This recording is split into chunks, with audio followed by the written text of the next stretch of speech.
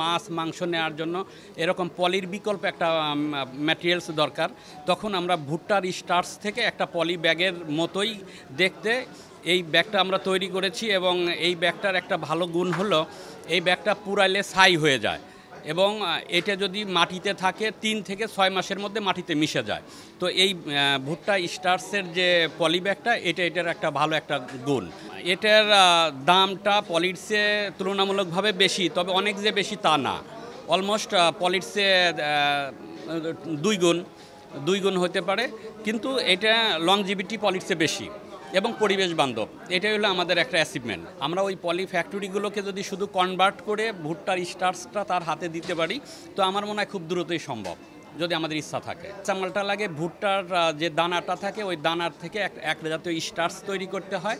ওই স্টার্চটা আর হলো কার্বনেট, যেটা নাকি চুন বলে যাকে, এই চুন এবং ভুট্টার স্টার্চ মিক্স করে এই দানাটা তৈরি করে। না, এই স্টার্চটা আমরা ইন্ডিয়া থেকে আপাতত আনতেছি, যেহেতু আমরা অল্প নিয়ে আসতেছি। যখন আমরা বিগ কোয়ান্টিটি আনবো তখন দামটা কমে যাবে এবং আমাদের বাংলাদেশেও এটা করা সম্ভব। পলিথিনের বিকল্প পাট না, এই অর্থে যে আপনি পলিথিনটা একবার ব্যবহার করবেন, কিন্তু পাটটা এটা আপনি 8-10 বছর ব্যবহার করতে পারবেন। আই চ্যালেঞ্জ, ঠিক আছে? তো সেই ক্ষেত্রে আপনি 10 পয়সার পলিথিন বা 20 পয়সার পলিথিনের জন্য আমার দেশটা পরিবেশটা নষ্ট করছেন। আর আমি এটাকে বিকল্প বলছি না, কিন্তু কোনো মতেই না। এমনকি কাগজও বিকল্প না। কেন বিকল্প না বলছি, কাগজও কিন্তু গাছ কেটে করতে হয়। কটন কিন্তু আমি বলছি পাট, কাগজ, তারপর হচ্ছে কটন, এই তিনটার মধ্যে কোনটা বেস্ট? এটা কেন বলবো কাগজ বিকল্প না, কারণ আমি পরিবেশ ঠিকই নষ্ট করছি, আমরা হয়তো দেখছি না। আর হচ্ছে কটন, আপনি খুব বেশি না 2-3 বছর পরে দেখবেন কটন আপনি যেই দামে এখন কিনছেন সেই দামে কিনতে পারবেন না, কারণ কটনের উৎপাদন ওই পরিমাণ নেই যে পরিমাণে মানুষ বাড়ছে। সেই ক্ষেত্রে একসময় দেখবেন কটনের বিকল্পই হচ্ছে পাট।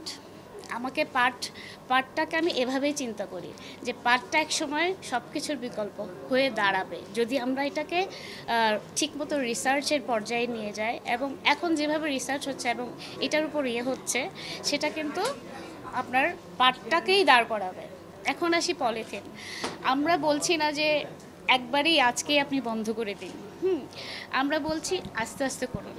এখন আজকেই সকালে আমার ঘরের থেকে শুরু করি, আমাকে বলছে যে তোমরা পলিথিন বন্ধ করতে পারবে না।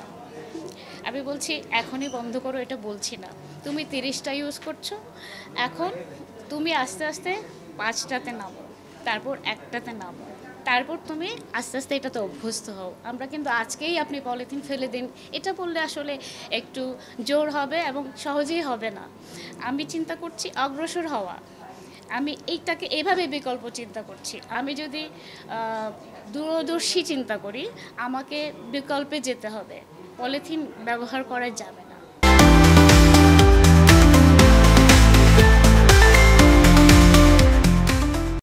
এই ব্যাগটার ফিচারটা হচ্ছে যে এটা তো তৈরি হয়েছে পাট থেকে, পাটের সেলুলোজ থেকে, এবং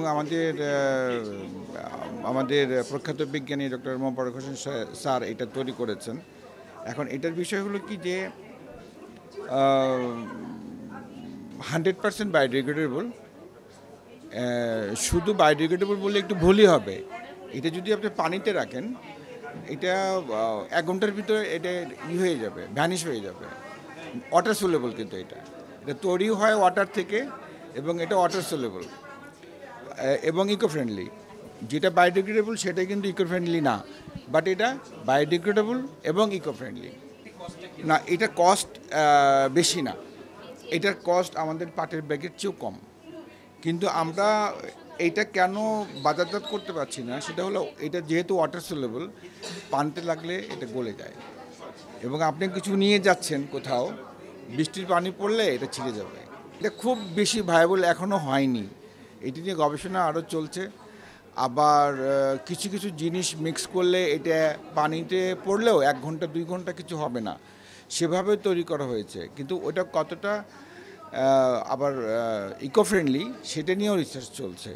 তা আমার মনে হয় যে এটা অচিরেই খুব শীঘ্রই আমরা রিসার্চ পর্যায়ে, যেহেতু আছেন উনি, খুব শীঘ্রই এটার সলিউশন এসে যাবে, যে এটা অন্তত সব ইনগ্রেডিয়েন্টস ঠিক রেখে অন্তত 1-2 ঘন্টার জন্য পানি পড়লে ভিজে গেলে নষ্ট না হয়ে যায়, সেই বিষয়টা কাজ চলছে এবং খুব তাড়াতাড়ি আমার মনে হয় সেই সলিউশনটা হয়ে যাবে। এবং সেটা যদি হয়ে যায় তাহলে দেখা যাবে যে এটা ওই আমাদের অন্যান্য যে পার্ট ডাইভার্সিফাইড যে আপনার ফেব্রিকের যে ব্যাগগুলো, সেগুলোর চেয়ে এটা একটু চিপার হবে।